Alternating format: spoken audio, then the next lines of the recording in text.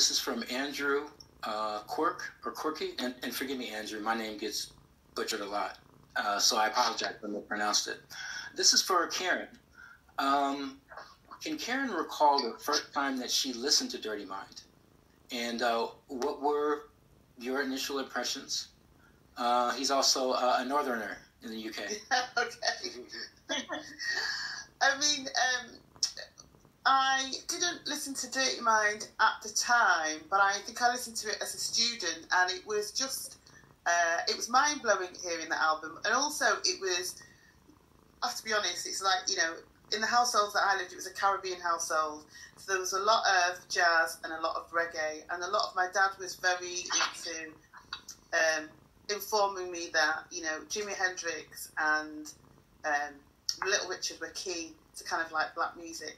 But again, this was so out there. It's like, who could you talk to about listening to this album? And I went to the school that I went to. There was like 3 black kids out of 600. So, but also they weren't into rock. They were very much into what was pop. So a bit like D'Angelo, kind of like host. It's like, and a lot of you, we had to listen to that in secret. So I just remember not discussing, hearing or being a fan of that album for years. You know, it's absolutely, you know, I often talked about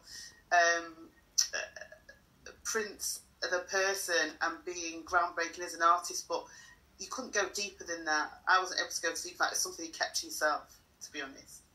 So the reaction of, say, your friends, I mean, was it an either or thing? Was it like, I like this album, therefore I'm not cool, or It was you were the it was an outsider. It's just not cool. It's like, we just don't understand it. We don't get it.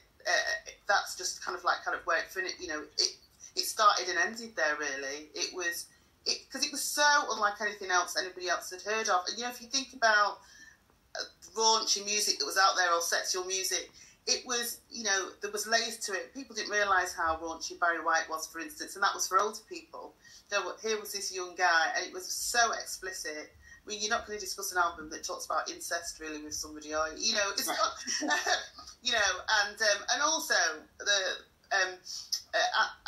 as a northerner, that's the other thing. It's very different in terms of up north, kind of like if you had those conversations, you know, in the main, you know, definitely being black and in the north, it was, you know, in that time and in those times, people were into all-dayers and all-nighters, and it was definitely a soul thing. Or, you know, and if you went to blues, which they were called, which were like, you know, illegal parties, they were playing reggae. You know, you'd never hear a Prince track wouldn't go on there, not until kind of like, you know, much later on. So, yeah. Next question.